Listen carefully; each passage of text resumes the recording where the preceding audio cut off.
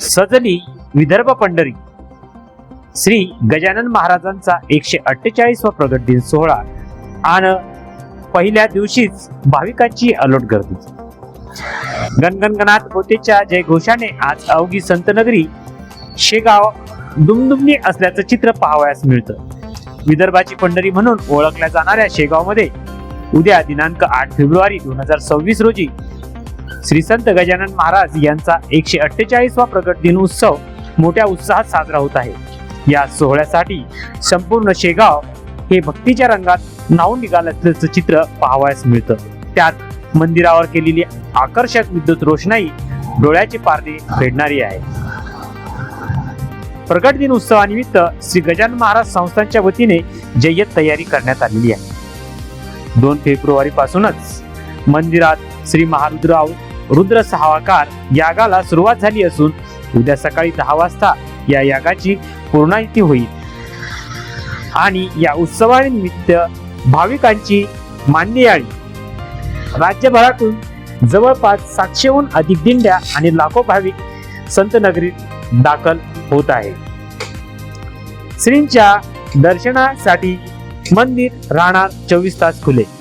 भाविकांची वाढती गर्दी लक्षात घेता गजानन महाराज व्यवस्थापनाने आज आणि उद्या रात्रभर मंदिर दर्शनासाठी खुले ठेवण्याचा निर्णय घेतला आहे. हजारो भाविक टाळमृदुगांच्या गजरात आणि माऊलीच्या नामघोषात शेगावात विलीन झाले आहेत. संस्थांतर्फे भाविकांसाठी महाप्रसाद, निवास आणि वैद्यकीय सुविधेची चोख व्यवस्था करण्यात आली आहे. दरवर्षीप्रमाणे यंदाही साधारणतः 2 ते 3 लाख भक्त या सोहळ्याला उपस्थित राहण्याची शक्यता वर्तवली जात आहे.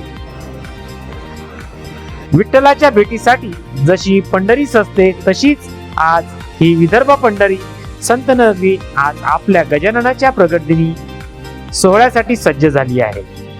उद्याचा दिवस हा प्रत्येक भक्तासाठी आनंदाचा आणि भक्तीचा राहणार आहे.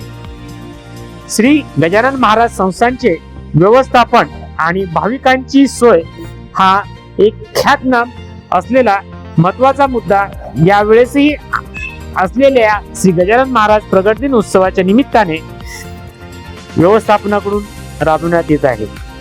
आणि त्या जोडीलाच भाविकांची गैरसोय होऊ नये श्री संस्थानच्या आणि गजानन महाराजांच्या